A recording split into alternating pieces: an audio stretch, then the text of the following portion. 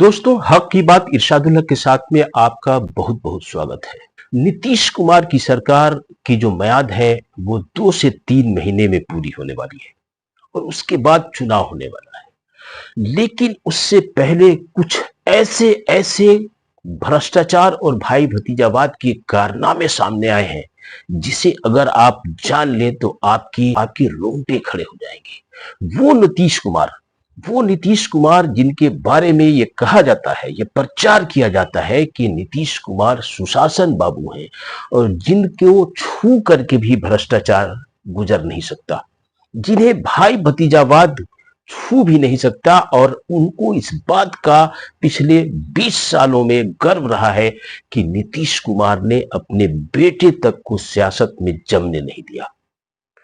उस नीतीश कुमार की सरकार जब इस बार अपनी मियाद पूरी कर रही है तो क्या हश्र हुआ है कि पिछले 2 से 3 पखवाड़े में जिस बड़े पैमाने पर भ्रष्टाचार की कहानियां रची गई हैं, भाई भतीजावाद और अपने रिश्तेदारों को सेट करने की जो कहानियां दर्ज की गई हैं, उसके प्रमाण सबूत के साथ आज तेजस्वी यादव ने पूरी दुनिया के सामने रख दिया है। और माननीय वर्किंग प्रेसिडेंट जो जनता दल यूनाइटेड के हैं, उनकी दोनों बेटियों को सुप्रीम कोर्ट में एडवोकेट ऑन रिकॉर्ड के पद से नवाजा गया।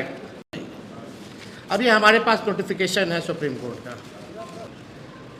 रामविलास पासवान जी के दामाद को आयोग में जगह मिली है, अशोक चौधरी जी के दामाद को आयोग में जगह मिली है, मांझी जी के दामाद को भी आयोग में जगह मिली है। वो तेजस्वी यादव जिनके ऊपर भाई भतीजावाद और परिवारवाद का आरोप जो लगाते रहे हैं, आज वही कटघरे में है और स्थिति यहां तक आ गई है कि लगभग हर पार्टी, एनडीए के हर पार्टी का नेता अपने दामाद को, अपने पत्नी को सेट कर दिया है।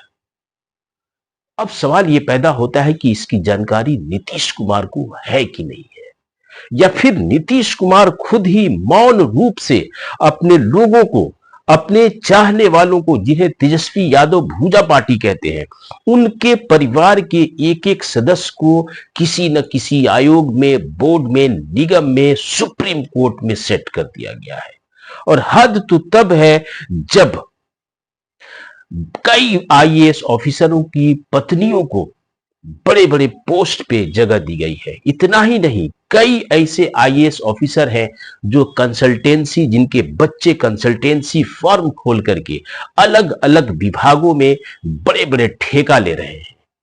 इन तमाम मुद्दों पर आज तेजस्वी यादव ने एक एक पन्ना खोल खोल करके एक प्रेस कॉन्फ्रेंस की और उस प्रेस कॉन्फ्रेंस में सुनाया, दिखाया, पढ़ के सुनाया कि कैसे नीतीश कुमार की सरकार जो अब चला चली की बेला में है, जो अब जाने वाली है, और शायद नीतीश कुमार को भी ये पता है और नीतीश के सहयोगी दलों को भी ये पता है कि अब नीतीश कुमार की वापसी नहीं होगी और ना ही एनडीए की वापसी होगी। ऐसी सूरत में अपने दामाद को, अपनी बेटियों को, अपने रिश्तेदारों को, अपनी पत्नियों को और अपने बच्चों को सेट कर दिया जाए। आगे हम वो पूरा वीडियो आपको दिखाएंगे और रिश्तेदारों के नाम के साथ साथ पूरी कहानी आपको सुनाएंगे। लेकिन उससे पहले हम आपको ये बता दें कि आज तेजस्वी यादव ने एक प्रेस कॉन्फ्रेंस की और उस प्रेस कॉन्फ्रेंस में जिस तरह के नाम का जिक्र उन्होंने किया कि जो लोग मुझे, यानी कि तेजस्वी यादव के ऊपर परिवारवाद का आरोप लगाते हैं, नीतीश कुमार भी या फिर नरेंद्र मोदी भी, उन्हीं के दल के नेताओं ने अपनी पत्नियों को, अपने बेटों को, अपनी बेटियों को, अपने रिश्तेदारों को, अपने दामादों को इस तरह से सेट किया है कि आने वाले दिनों में वो मलाई खाते रहे। जो डीके बॉस का जो हम कह रहे थे, अब महिला आयोग में सदस्य के तौर पे उनकी पत्नी को बनाया गया है और कैटेगरी है गैर सरकारी, यानी शिक्षाविद। क्या बिहार में और कोई शिक्षाविद नहीं है इनके अलावा? कोई और बिहार में पढ़ा लिखा नहीं है क्या इनके अलावा? और बड़ा इंटरेस्टिंग चीज़ है, इन्होंने अपने पति का नाम नहीं लिखा है, अपने पिता का नाम लिखा है, यानी छुपाने की कोशिश की गई है, यानी चोर के दाढ़ी में तिनका। अब मुख्यमंत्री अचेत हैं या वो करवा रहे हैं, ये तो मुख्यमंत्री जी को जवाब देना चाहिए। जो और प्रधानमंत्री जी आते हैं, परिवारवाद के बारे में बड़ी बात करते हैं, बड़ा जिक्र करते हैं, परिवारवाद हो गया, परिवारवाद हो गया। अब बताइए कौन क्या कर रहा है? छुपा छुपा करके किया जा रहा है, मलाई खिलाया जा रहा है, रेवड़ी जो है बांटा जा रहा है। और ये सारे के सारे कारनामे बहुत पुराने नहीं हैं, नए हैं। और इतना ही नहीं, जनता दल यूनाइटेड के जो कार्यकारी अध्यक्ष हैं संजय झा, उन्होंने अपनी 2 बेटियों को, जिसको के पास कोई एक्सपीरियंस नहीं है, अपनी 2 बेटियों को सुप्रीम कोर्ट में एडवोकेट ऑन रिकॉर्ड के रूप में नियुक्ति दिलवा दी। Advocate on record supreme court का एक ऐसा पोस्ट है जो बड़ी आसानी से किसी को नहीं मिलता। और मेरा इसमें 5 सवाल है जो हम मुख्यमंत्री जी से पूछना चाहते हैं। पहला, कितने अधिकारियों की पत्नियों की सरकारी नौकरी लगी है? पहला सवाल मेरा यह है कि बच्चे विदेश में शिक्षा प्राप्त करते हैं, ये मेरा दूसरा सवाल है। तीसरा सवाल, कितने अधिकारियों के बच्चे बिहार के विभिन्न विभागों में अपनी कंसल्टेंसी फर्म बना उसकी सेवा दे रहे हैं? ये हम जानना चाहते हैं, बिहार जानना चाहता है कि कितने अधिकारियों के ऐसे परिवार बच्चों के लोग हैं जो कंसल्टेंसी फर्म बना करके इस सरकार में कई मंत्रालयों में सेवा दे रहे हैं। इसका जरा आंकड़ा ये जांच करना पड़ेगा। कितनों ने ज़मीनों में और विदेशों में निवेश कर रखा है, कितने अधिकारियों ने? अब ये सरकार जाने वाली है। अब जब सरकार जाने वाली है तो जितना लूटना है बिहार के खजाने को ये लोग लूटने का काम कर रहे हैं।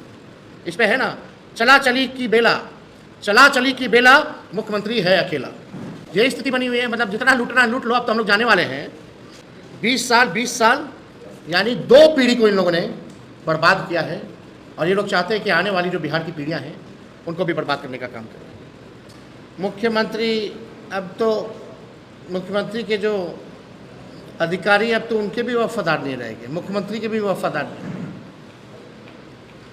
बताइए, और कोई पढ़ा लिखा महिला नहीं थी कि मुख्यमंत्री के सचिव के धर्मपत्नी को आयोग में सदस्य बना दिया गया? क्या चल रहा है ये? अब तो आप देख लीजिए, आप ही लोग, बिहार का तो अब भगवान मालिक है। लोकतंत्र के नाम पे कोई संस्था जो है अब नहीं बची है, पूरी तरीके से इन लोगों ने बर्बाद कर दिया। हम लोग चाहे ये जो हम लोगों ने कागज़ दिखाया है, ये तो कागज़ पे ऑन रिकॉर्ड है, तभी हम प्रेस कॉन्फ्रेंस कर रहे हैं। ये आप दोनों लिस्ट आप देख लीजिए।